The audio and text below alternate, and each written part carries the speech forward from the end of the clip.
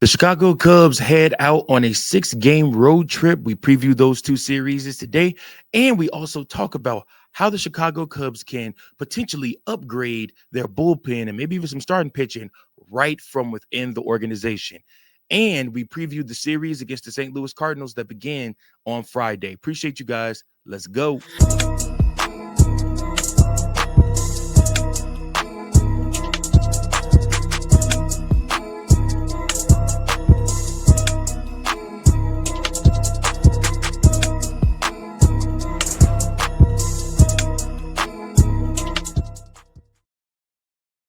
Welcome in, everybody, to your number one spot for all things Chicago Cubs. I am your host, Mike Jones. That's right. This is Chicago Cubs Central. Appreciate you guys so much for tuning in. Thank you all. Thank you for the new subscribers, the new people that are commenting, posting.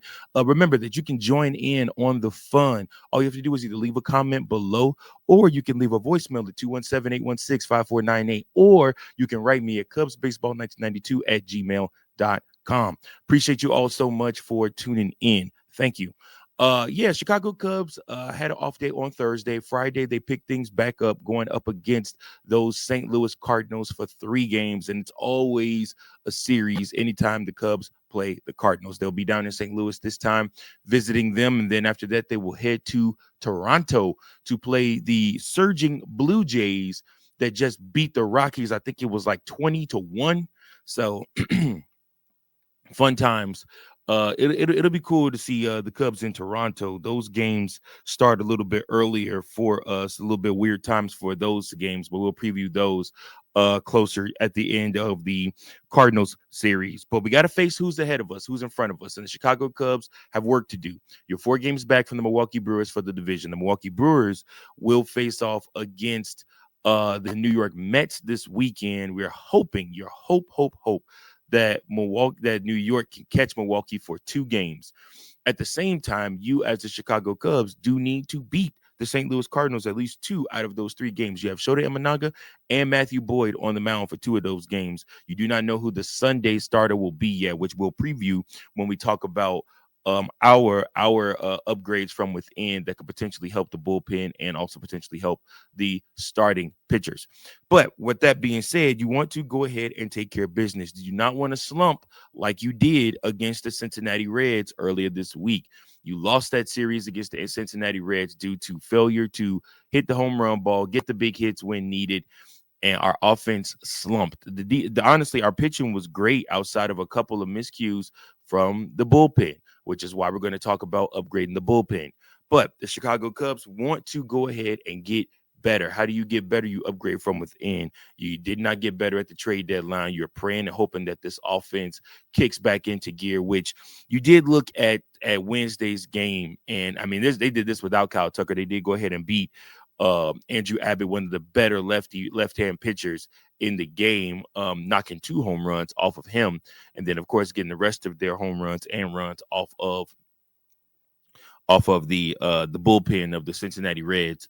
You feel good coming out of that. You saw like, okay, the Chicago Cubs can still put up more than 1 or 2 runs per game, because for a while now that seemed like that was all we could do. And it's a far cry from earlier in the season where, I mean, you're putting up 10, 11, 12 runs on teams early on in the season and beating teams handily. Wrigley Field in itself has now become a pitcher's ballpark. I felt like for the longest time it was a hitter's park, but like I said, it has changed with the way that the wind blows in to a pitcher's park. Which is another reason why we might not end up re-signing Kyle Tucker, because he's like, man, my number's slump here. I need to get the hell up out of here. I had to laugh at Boog. He was talking to JD. I'm sorry, no, I wasn't. I was listening to Zach Zabin and and Ron Coomer as they were calling the game. I did a little bit of radio listening on yesterday's game, so I was driving my baby in for his doctor's appointment, and it was hilarious. They were looking at Ellie De La Cruz and they were like, do you think that he's thinking to himself, get me the heck out of Chicago? Because like his numbers slump in Chicago hitting wise. I mean, it's just not a hitter's ballpark. So the Chicago Cubs, if this is the way the ballpark is going to play, we're going to have to go out in free agency this fall and winter, and we're going to have to get contact hitters, guys that specialize in just getting contact and getting around the bases. Because, like I said, the home run ball just doesn't play at Wrigley. Now, obviously, when we go to other places, we'll see. I mean, I'm very interested to see what Kyle Tucker numbers, PCA's numbers, um, Ian Happ and Michael Bush, what their numbers look like, and Seiya Suzuki, what their numbers look like when we go to St. Louis, but especially when we go to Rogers Park out in Toronto, and face the Blue Jays. I'm very interested, very curious to see what our numbers look like, see if their numbers jump, if there's any uptick in their swings and things like that. And then, of course, we're going to come back to Wrigley and face the Pirates for 3. So, with that being said, though, the Chicago Cubs do have to um, figure out ways to get W's. I mean, at this point, it's just all about getting outs. First team to get the to get the outs win the game. And so for us, our pitching has to limit the amount of home runs. They have to limit the amount of mistakes in the strike zone, and they have to limit the amount of walks that are given. And that really starts with the bullpen. So you look at our bullpen right now, and it kind of almost seems in shambles. Ryan Brazier hasn't been himself. Brad Keller hasn't been himself. Like I said, Drew Pomerantz hasn't looked as great as he was. We DFA'd Chris Flexen already. Um, and I thought Chris Flexen did a magnificent job for a couple of games for the Cubs, but I think he kind of lost it there towards the end. He started missing the zone and missing where he needed to be and walking guys and then giving up the big hits. You can't have that, like I said, especially if you're an older pitcher that you're trying to show that you still bring, relevance, and you still bring some type of, competitiveness to the game. So with that being said, with those guys unable to do what they need to do, the Chicago Cubs do need to upgrade their bullpen.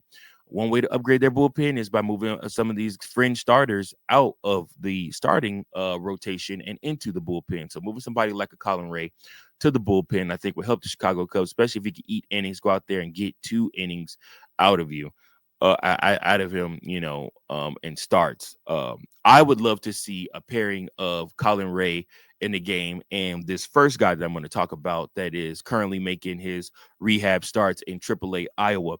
That's Javier Assad. Javier Assad, in his last outing, pitched 4.1 innings, 68 pitches, 41 of those for strikes, and 1 earned run with allowing 4 hits. Now, what's the big problem with Javier Assad? The biggest problem with Javier Assad that we've seen so far is his pitch count.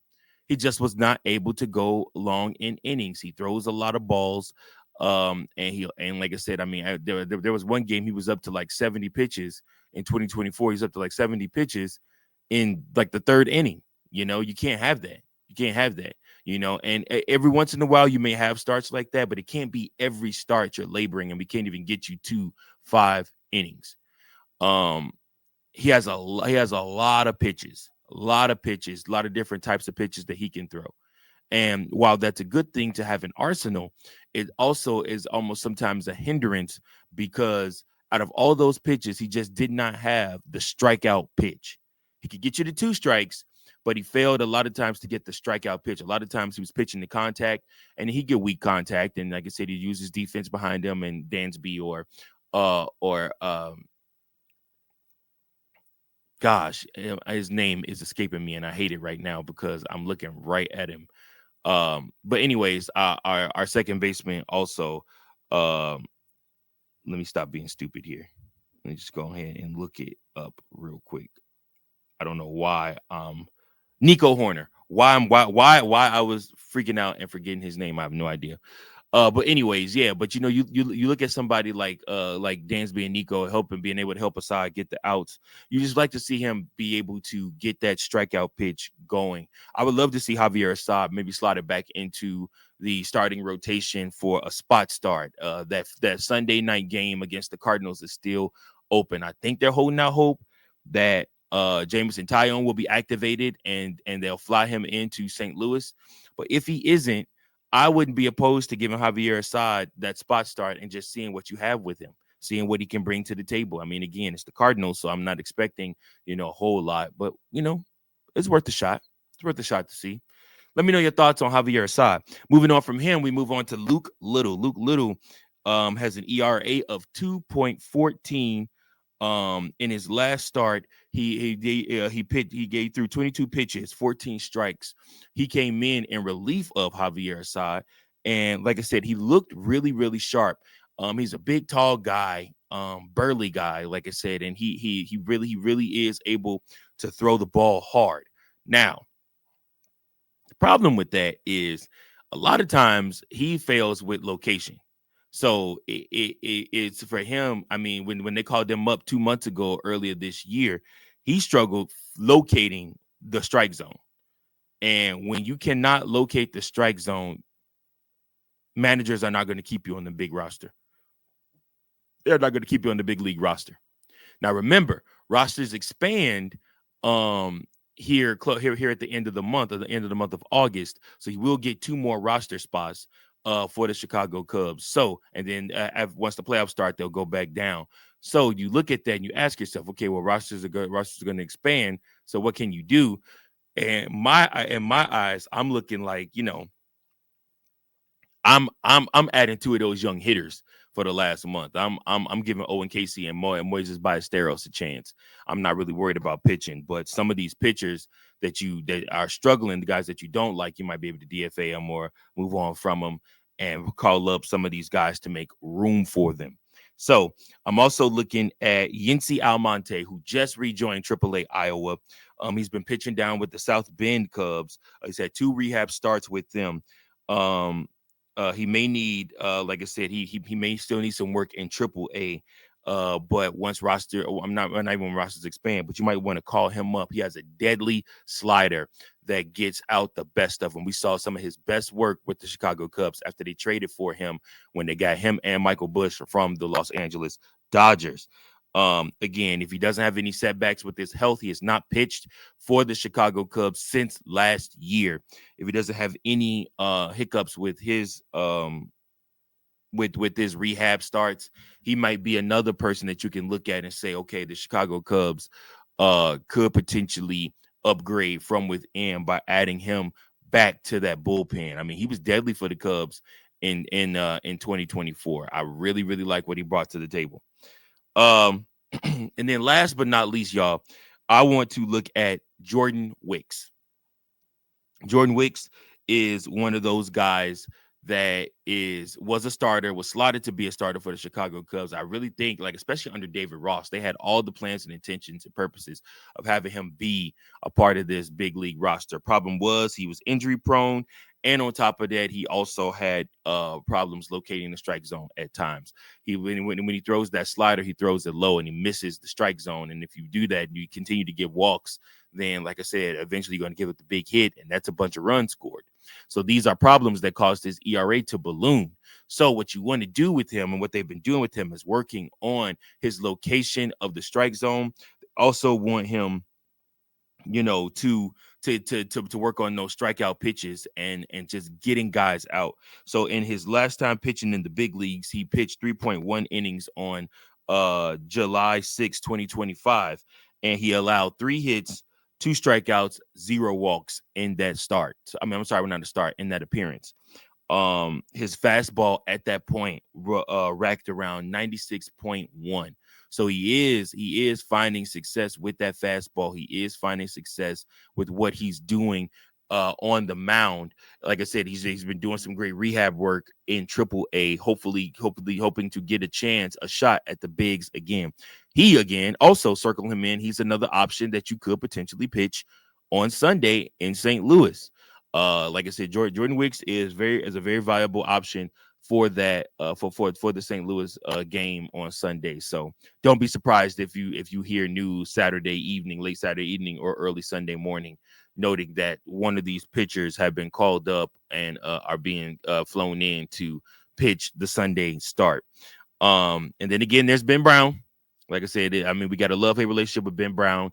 He looked strong in his last start, but that don't mean he'll look good in his next start. That's the problem with Ben Brown. It's up and down, up and down. There's no consistency there from the young man. But I also do believe, and it's shown the Chicago Cubs don't want to give up on Ben Brown either. I mean, for all the rumors that came out that they were shopping him and they were looking for somebody to come take Ben Brown off their hands, they didn't trade Ben Brown. And they very well could have, I'm sure. Somebody would have loved to took somebody that tall, slender, with that type of velocity and that type of pitch mix, to put them either into a reliever role, and maybe even try a closer role. I know Ben still wants to be a starter, but I still believe he has to add that a deadly third pitch in order to be able to be a starter, which he just doesn't feel comfortable. He has practiced other pitches.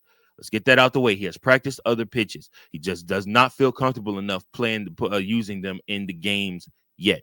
So we'll have to see how he progresses with that. Hopefully this fall and winter, he will be able to practice those things a little bit more.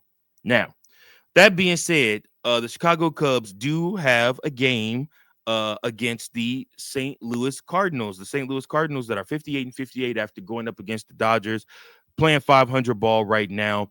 This, friends, is a trap series. The Chicago Cubs have played a lot of these. This is a trap series. The Chicago Cubs just played a trap series against the Reds. And then before that, the Chicago Cubs played what could have been considered a trap series against the Orioles. So you look at this. What do the Chicago Cubs need to do?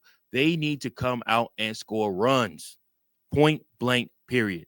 They need to come out and put this Cardinals team away early. Friday's game starts at 7:15 because they're down in St. Louis. It's Matthew Boyd on the mound pitching against Matthew McGreevy. Michael McGreevy, I'm sorry. And Michael McGreevy is a right-handed pitcher, so no worries there. Matthew Boyd is 11-4 with a 2.34 ERA, 1.03 WHIP, and 130 innings pitched. This Michael McGreevy is 3-2 with a 5.08 ERA with a WHIP of 1.23 and 39 innings pitched. I would love to see the Chicago Cubs come jump all over this cat immediately. Like I said, Seiya Suzuki has 27 home runs. He is leading the team right now. He also has 84 RBIs, leading the team right now. And then you look at Nico Horner, he's leading the team in batting average with a 2.92 batting average. Look for Kyle Tucker to come back and break out this weekend. I think Kyle Tucker is going to break out this weekend. I'm calling it. Somebody that good doesn't stay in the slump this long. And you're away from Wrigley. You got 6 away from Wrigley, so you don't have to worry about the wind blowing in and causing you, your balls to drop or anything like that. I think that we are headed towards a breakout portion of the season for Kyle Tucker. We're going to look like what resembles the first 2 months of him being here. So mark that down. I'm excited. These are the Cardinal series. All 3 of those games are winnable. Excited to go up and see Toronto too.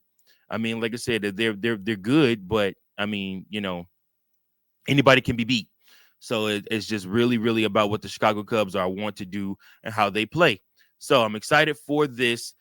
Make sure that you guys like, share, and subscribe. Remember, you can leave a voicemail at 217-816-5498. You can also write an email at cubsbaseball1992@gmail.com. Remember, also, you don't just have to follow me. I mean, I know, like I said, I appreciate you guys following Chicago Cubs Central, but you also can get your Bears news, your Bulls news, your White Sox news, your Chicago Fire news, your Illini news, all of this. Chicago, whatever your favorite team is, then Central.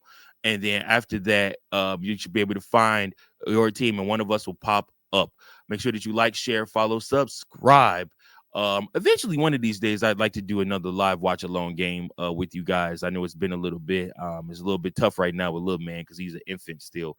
But eventually here, one of these days, I do want to do that with you guys. And I'm really hoping, like I said, for all Chicago Cubs postseason games to do live watch alongs during the postseason.